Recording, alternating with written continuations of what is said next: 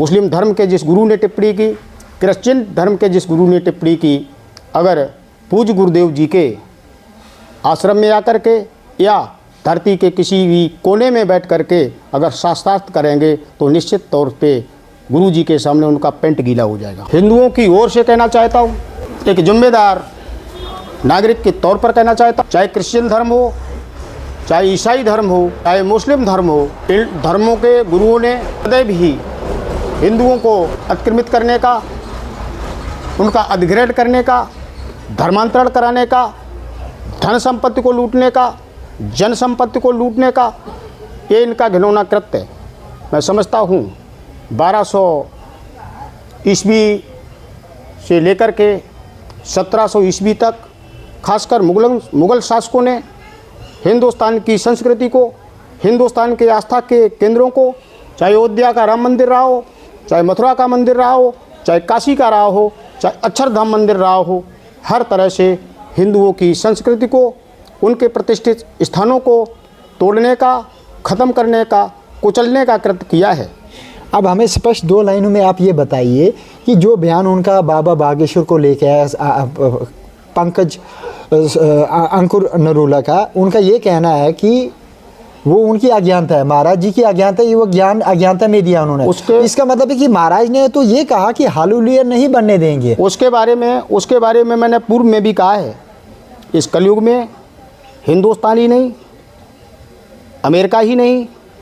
चीन ही नहीं, विकसित कंट्रीज ही नहीं, दुनिया में जितने धर्म हैं, जितने धर्म गुरु हैं, पूज्य गुरुदेव धीरेन्द्र शास्त्री जी सबसे ज्येष्ठ गुरु हैं। उनका जवाब, उनका मुकाबला किसी से नहीं है। मैंने पहले भी कहा है, मुस्लिम धर्म के जिस गुरु ने टिप्पणी की, क्रिश्चियन धर्म के जिस गुरु ने टिप्पणी की, अगर पूज्य गुरुदेव जी के आश्रम में आकर के या धरती के किसी भी कोने में बैठ कर के अगर शास्त्रार्थ करेंगे तो निश्चित तौर पे गुरु जी के सामने उनका पेंट गीला हो जाएगा। हरि बोल, हरि बोल, हरि ओम, हरि ओम, हरि ओम। बाबा बागेश्वर धाम को लेकर मुस्लिम लीडर डॉक्टर जाकिर नाइक ने एक बयान दिया। उसने ये कहा कि जो भी ये बाबा हैं, ये और इनमें और मदारी में कोई फ़र्क नहीं है। मदारी भी आता है, वो सांप निकाल देता, बगल में से कौवा निकाल देता, कबूतर निकाल देता, उनमें और इनमें कोई फ़र्क नहीं है। ये मूर्ख बना रहा है लोगों को, इनकी बातों पे ध्यान मत दो। और मुसलमान भाई जो हैं उनका पूरा समर्थन भी दिया, हंस रहे हैं उसको, तो आप उसको कैसे जस्टिफाई करेंगे? देखिए, मैं हिंदुओं की ओर से कहना चाहता हूँ और अपने जीवन के अनुभव से कहता हूँ। पहली बात तो मैं ये कहता हूँ, दावे के साथ कहता हूँ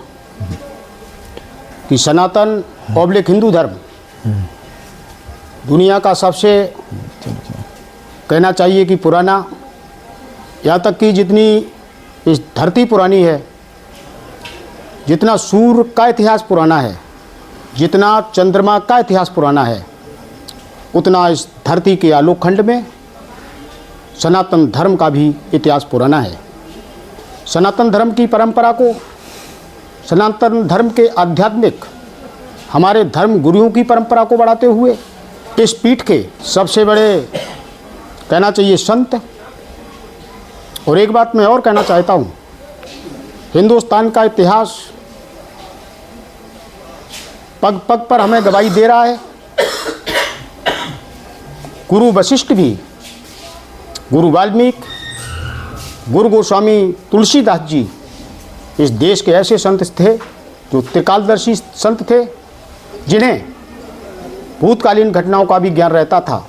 जिन्हें वर्तमान की घटनाओं का भी ज्ञान रहता था, जिन्हें भविष्य की भी घटनाओं का पूरी तरह से ज्ञान रहता था। ये भी बात मैं कहना चाहता हूँ,